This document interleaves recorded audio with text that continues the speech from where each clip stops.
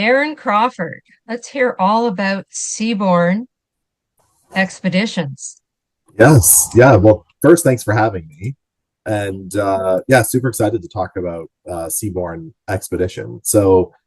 Um, the easiest place to start is when you think about expedition with Seabourn, think of it as that ultra luxury safari at sea.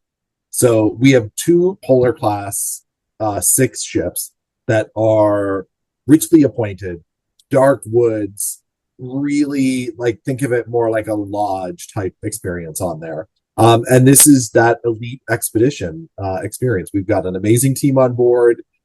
We have Zodiacs on board, kayaks. We have two 6-person submarines on board that allow guests to go kind of in those rare encounters kind of under the sea, which is really, really something special. I've been on an expedition, but I don't think I've been on below the water, unless I've done a polar plunge, which I've done. Yeah, it does really make it something super special to be able to kind of have that really unique experience. All well being on board that all-inclusive luxury cruise experience. So that really refined experience on board. The thing that I really love about Seabourn and what resonates with me is that it can be luxury, it can be really decadent without being formal or stuffy. We're on an expedition experience. I want to be able to go to the dining room kind of in my gear and be as comfortable as possible. And you can absolutely do that on board Seabourn. I found that with a lot of expeditions, it's almost as if everyone was outfitted by either, LL Bean or Eddie Bauer. Yes, You absolutely. know, with the exception, sometimes we would like to put on like I put on a jacket like this just for dinner, just for a change of pace. Yeah, absolutely. Speaking of jacket, we're actually going to give you a Helly Hansen jacket when you're on Mhm. board, which you'll be able to keep and take home with you, which is really amazing. And just to keep you warm and comfortable when you're out on those beautiful destinations. I have to say, I see one of my neighbors sporting them quite often. He Nice. goes out for a walk in the winter weather here, and he's got that. It's sort of orange in color, Yeah. a little bit. Yep. Yeah. Yeah, Yeah. yeah. I look at him and go, I need to score one. Yeah. They're I really need nice. to I need to go back to Antarctica because it is a truly unique experience. And speaking of which, when you're on the expeditions, approximately how many landings a day might one expect? Yeah, that's a really great question. So obviously, weather permitting, but we're going to schedule as much as we can because we know, especially in Antarctica, if you're heading down there, you want to be able to be boots on the ground as much as possible. Now, because it's such a protected area, that's heavily restricted, and we're able to mitigate that by using our zodiacs to get the guests on board. So for us, it can be up to 5 days of boots on the ground in Antarctica, depending on the itinerary that you have. Of course, weather permitting. And then within those days, we might have a couple of different landings available for you. And how about activities such as when you're crossing let's say Antarctica, you're crossing the Drake. So you've got to, because once you're in Antarctica, you usually don't experience a sea day unless you're coming and going.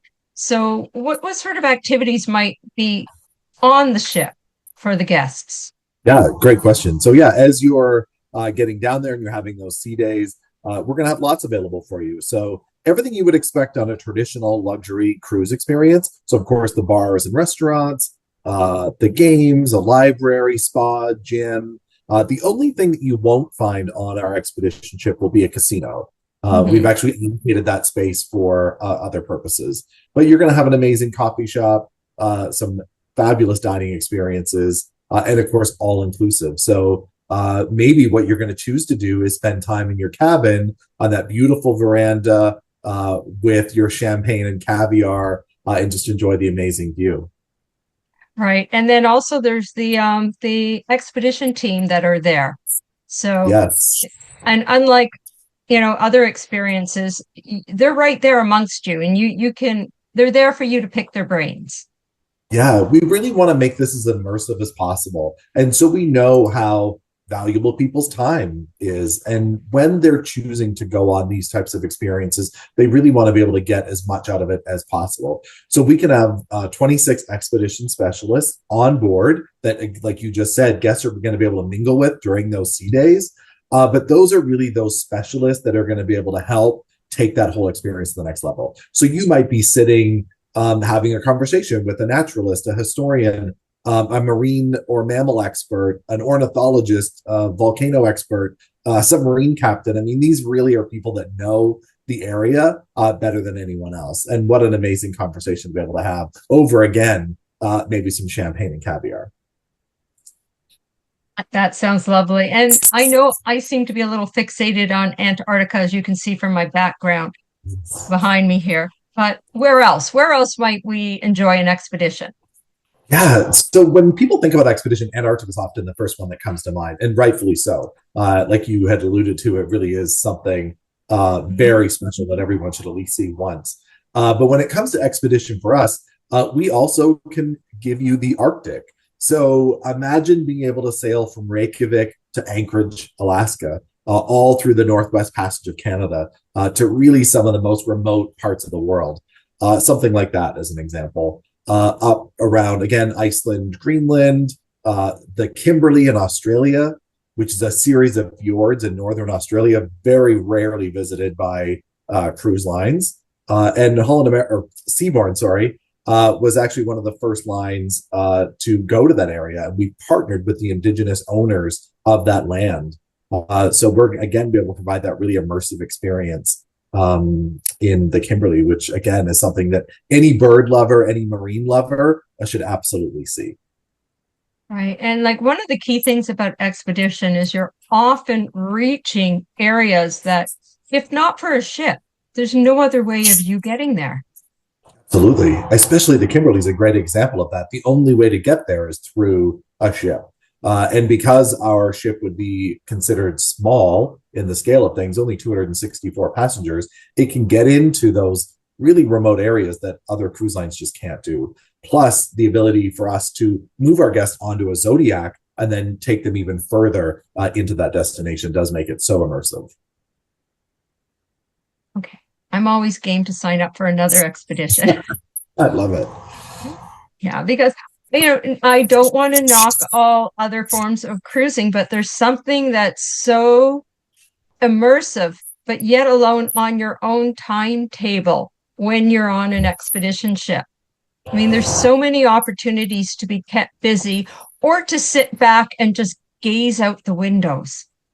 Yeah, which is so important. We know when guests are choosing to travel, they do want that balance of both. I want to be able to explore and see as much as possible, see the places that I've never seen before or that no one's talking about, to really be able to get those bragging rights for sure, which is really exciting. But then at the same time, we work hard. These are busy lives, lots of noise out there. I do want to just be able to sit back, relax, take in the view, and really just enjoy the majesty of what it is you're looking at. Okay. Well, I mean, that's it for me. I could gush on about expedition cruising all afternoon long. Is there anything else I might have missed or not touched on with regards to Seabourn Expeditions? Yeah, I think, we've really covered a lot here. I think just if you're taking anything away, think about Seabourn really as that cruise line that's going to really immerse you in that experience. And, we really believe that traveling for pleasure can have a profound and enriching impact on people's lives. So we believe that traveling well and experiencing the finest luxuries at sea really is the best way to see some of these destinations. Well, with that being said, if anyone has any questions, they can always reach out to me. And if for some reason I can't answer them, can't imagine, then I will just tap on Aaron's shoulder and get a response right back out as quick as possible. Yeah, absolutely. I'm always here to help. Okay, so I want to thank you for your time, Aaron. Much appreciated. And I will be posting this online. For whatever reason, it didn't happen on Facebook Live today, but that's technology. Yeah, we'll do it next time. Okay. Thank you so much for joining me. Take care. Have a lovely afternoon. You too. Bye bye. Okay. Bye bye.